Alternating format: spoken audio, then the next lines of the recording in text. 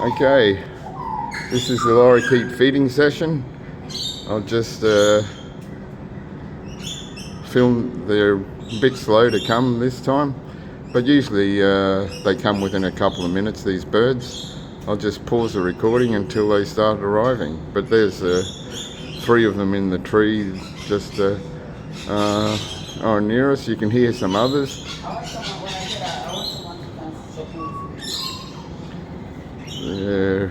There's one. And yeah, he'll be the forerunner, and then he'll tell the other birds that there's some good shit to eat down here. So, which is a bunch of different jams. So, yeah, I mean, it's not their entire diet. They mostly eat nectar from flowers, but they're not averse to getting a little bit of honey or some jam or sugar even. But I think honey and jams are their preferred options. But this is like a treat for them, and so when I put out the jams there, they usually come really, really quickly. So, hey, can you just leave that, please?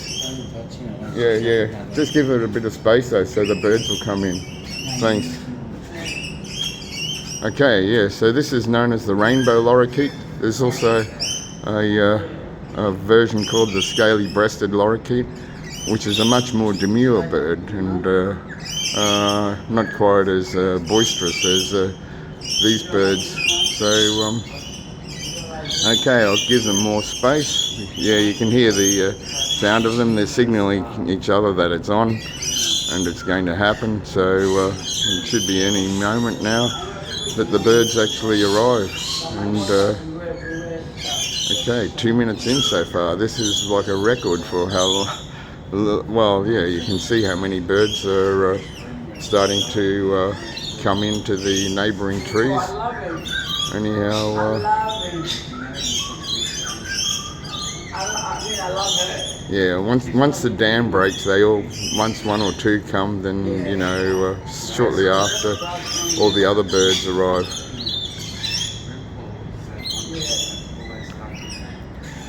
Yeah, that one looks like the first one. So he or she will be the leader, maybe.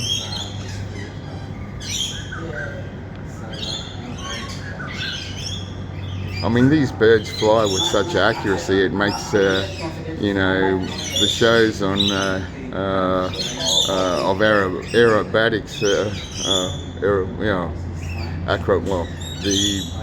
the shows of on planes. It makes anything a human can do on a plane look just ridiculous.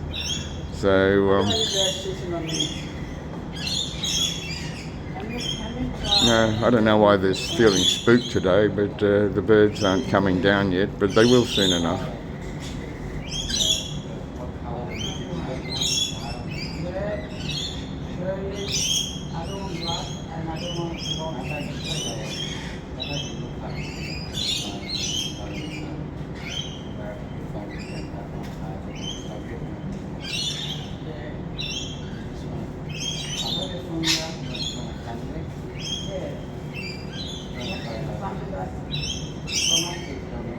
Okay, getting some action.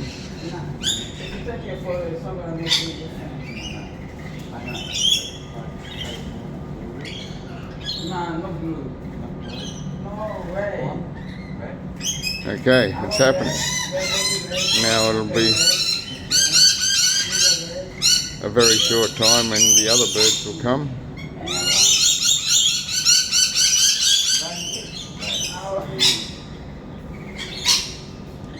You're making a bird angry. No, I'll just stay away, try to stay away from them.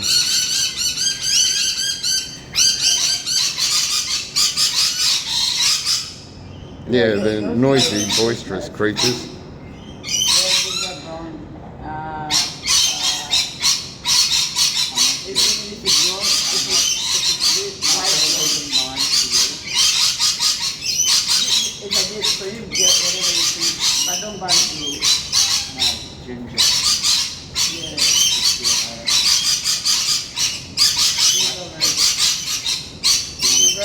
yeah, it's organised chaos. Yeah, for me it's a joy listening to them. They have a sense of fun, these Rainbow Lorikeets.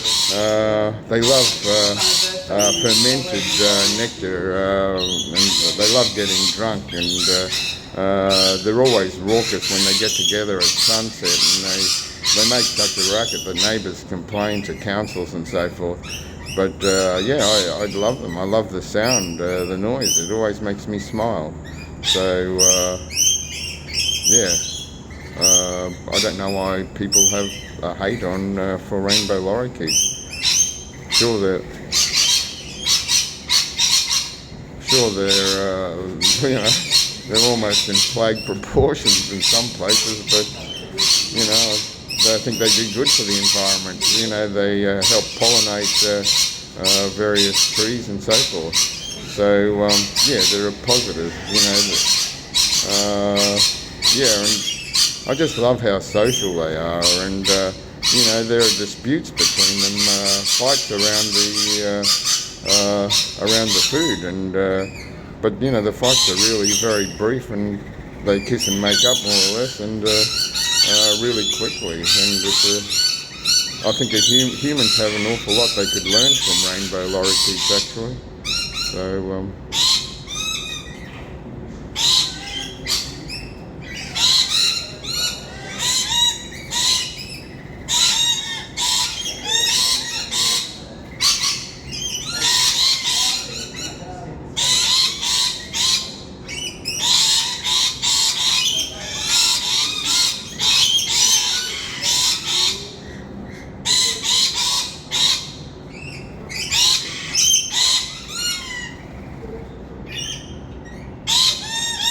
wow, this is really unusual. Normally there's up to 30. I mean, I've fed them already this morning, and that might be they're just sated. They don't need any more right now. I mean, yeah. It was only like, yeah, I think about 2 or 3 hours ago that I gave them their first feed of the day. So yeah, that's it. But anyhow, yeah, I'll just let the show keep rolling because, yeah, I can edit this, I suppose.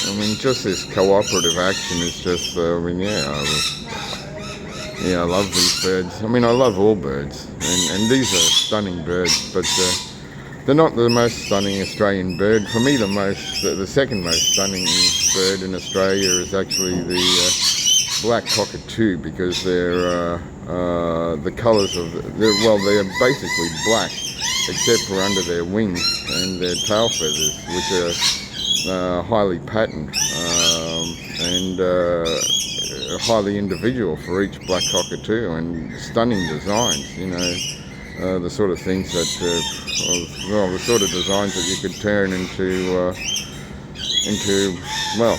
clothing, you know, really. I think I should do that. Anyhow, but my favourite bird of all time is a bee eater. That is, yeah, it's a bird that eats bees.